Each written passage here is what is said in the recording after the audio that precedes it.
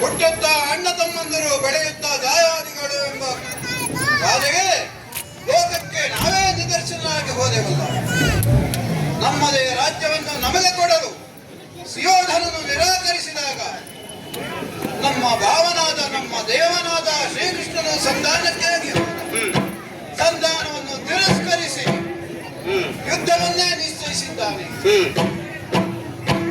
ಇಡೀ ರಾಜ್ಯ ಬೇಡ, 5 ಗ್ರಾಮವನ್ನಾದರೂ ಕೊಡು ಎಂದು ಶ್ರೀಕೃಷ್ಣ ಬೇಡಿದಾಗ ಸೂಜಿ ಮೊನ್ನೆ ಊರುವಷ್ಟು ಜಾಗವನ್ನು ಕೊಡಲಾರೆ, ಏನಿದ್ದರೂ ಯುದ್ಧದ ಮೂಲಕ ಪಡೆದುಕೊಳ್ಳಬೇಕು ಎಂದು ಹೇಳಿದ್ದಾರೆ.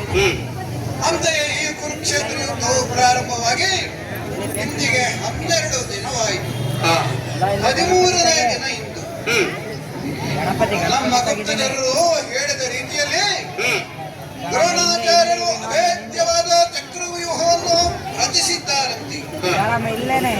ಅದನ್ನು ಭೇದಿಸಿ ಕ್ಷೇಮವಾಗಿ ನಮ್ಮಲ್ಲಿ ಯಾರಿದ್ದಾರೆ ಎಂದು ಯೋಚನೆ ಮಾಡುತ್ತಾರೆ. ಸಾಮಾನ್ಯದವರಾದರೆ ತಲೆಯ ಮೇಲೆ ಕೈ ಹೊತ್ತು ಕುಳಿತುಕೊಳ್ಳುವ ಪರಿಸ್ಥಿತಿ ಇದು.